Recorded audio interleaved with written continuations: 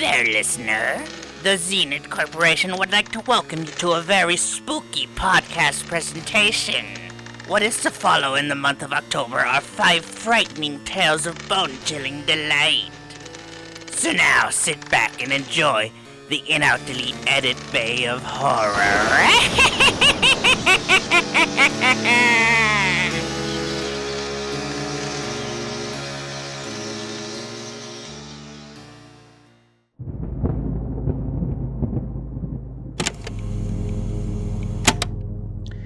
This is Detective Mark Burley here. The date is October 29th and the time is 9 p.m.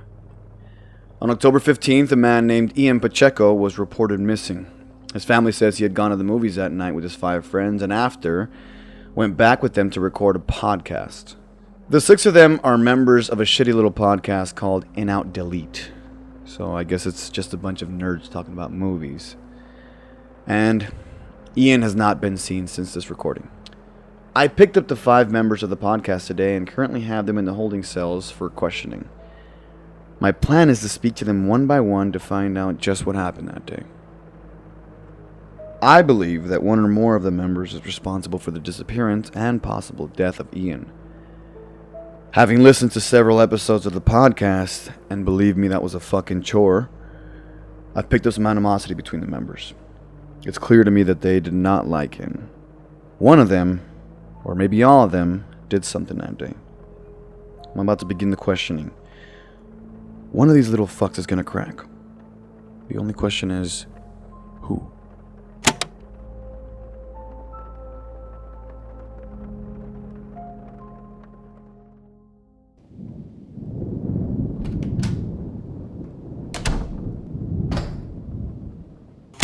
This is Detective Mark Burley. It is 8:37 p.m. and I'm interrogating Gino Silva for the disappearance of Ian Pacheco.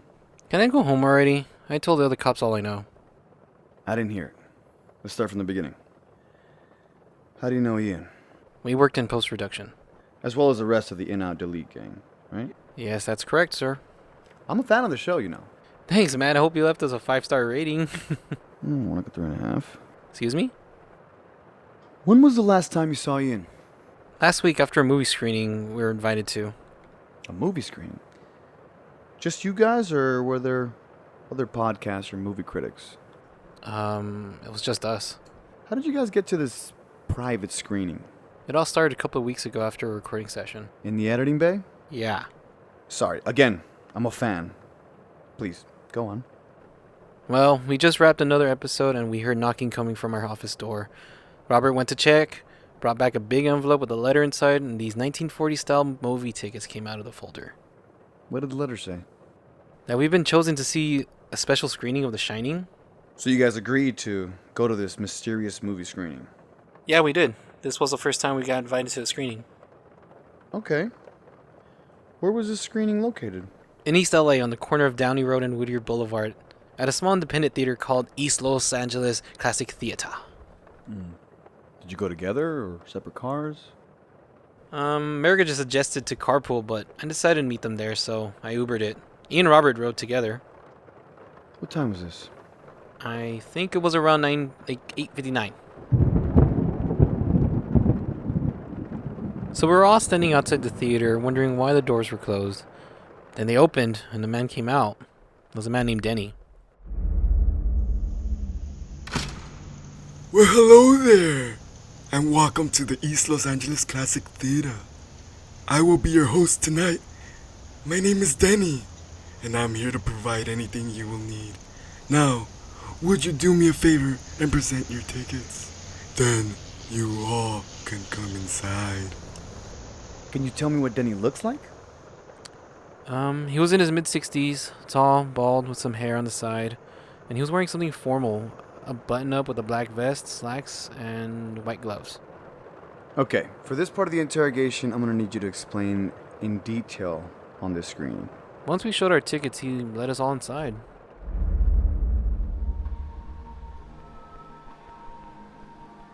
Well. You must be the little movie critic gang. I'm so pleased to see you all here. Now if you all follow me to your seats. One by one, we walked into the movie theater, but strangely, he was looking at Ian mostly. Well, I'll be.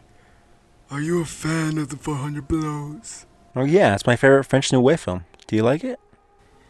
Well, what a coincidence. The 400 Blows happens to be my favorite film of all time. You have excellent taste, young man. I hope to see more of you later. Well, we passed the lobby into the theater, and we sat down together. Then Danny walks to the stage and as if he was making a big speech.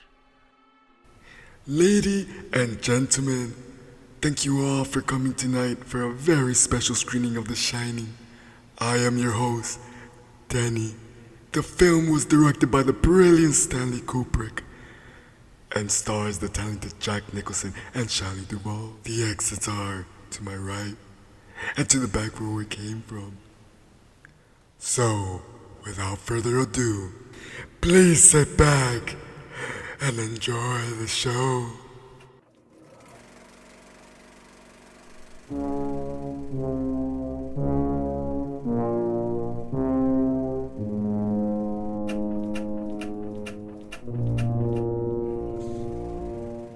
As soon as the opening shot of The Shining was playing, I started to see weird flashes of images and hear like voices. Oh, I've seen The Shining. It happens a lot in the movie. No, it wasn't. I've seen The Shining more than 4 times in my life, and I know damn well these weren't in the movie. What images are you talking about? I don't know. Blood, the devil laughing maniacally, Ian with no face. Then it stopped, and the screen turned white.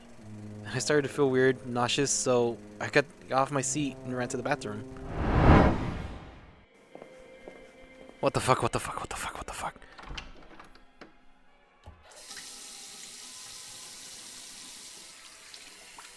I knew I should have taken those fucking expired Benadryls. Okay, I think I'm fine. Oh shit! Is everything okay? Yeah, Danny, it's okay. Just wasn't feeling well, that's all. Would you like me to get you something? 7-Up? No, thank you. Maybe a paper... Towel? Yeah. Thanks. I was wondering, sir, can I ask you a question regarding someone in your party? Is it Ricardo? I know he likes to order 2 beers at a time, but he's not going to start any trouble. No. He's a fine fella. I meant the fella with the 400 Blows shirt. Ian? Well, he's pretty much a smartass. Is this a type of movie he really enjoys? Not really. He's more of the French New Wave or whatever he calls it type of films. That's why he's wearing that 400 Blows shirt. Interesting. That has been my absolute favorite for a very long time. You probably saw it as a kid, right? Yes, I was. Okay then, well, I'm gonna get back to the movie. Sir, please enjoy the show. I went back into the theater and finished watching the movie. Soon after, we went back to the editing bay and recorded a little episode and went home.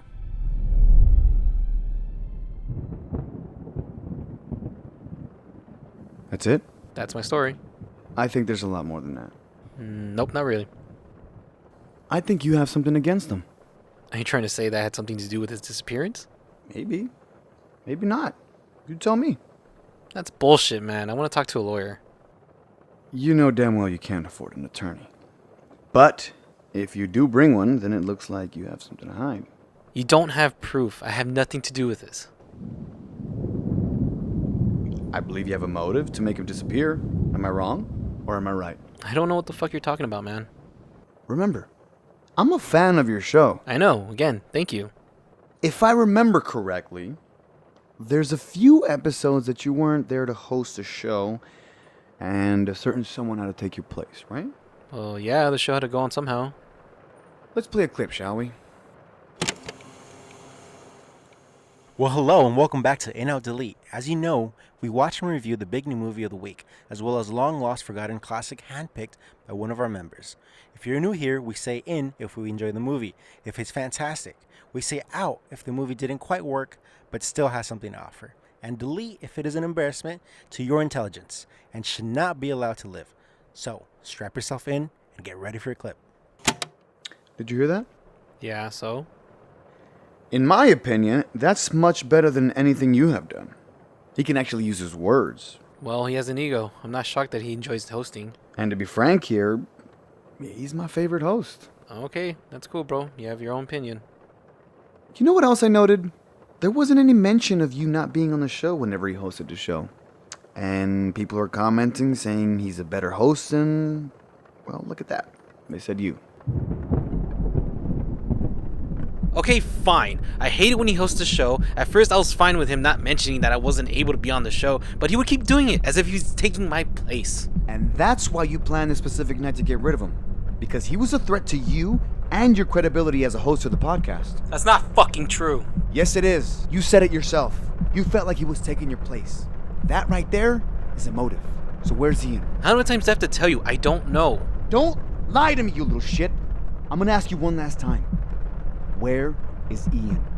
I don't know where that asshole is, and I honestly don't fucking care. I hope he never comes back. If he really is dead, I think it's a good fucking thing. I didn't kill him, but it was America, Robert, Ricardo, or Gio. I would thank them. Fuck that dude. We're not finished yet.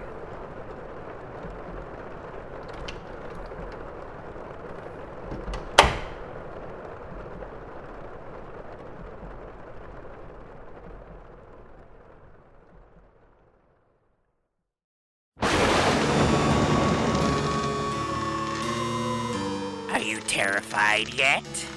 Hopefully you are still with us, because next week we will have another frightening episode of the Edit Bay of Horror.